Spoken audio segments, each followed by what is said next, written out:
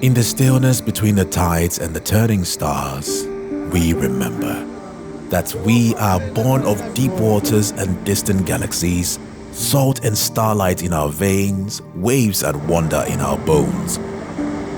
We rise again and again, shaped by time, softened by motion. We awaken to a knowing that cannot be taught, only felt, that we are not small. We are as wide as the ocean, endless as space.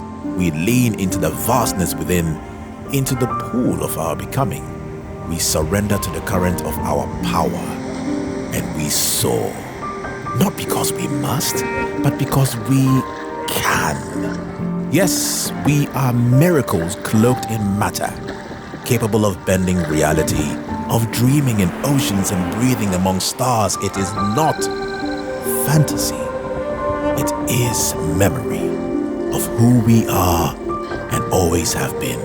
Because we are essence, born from the breath of galaxies and the soul of the sea. Timeless, luminous, unbreakable.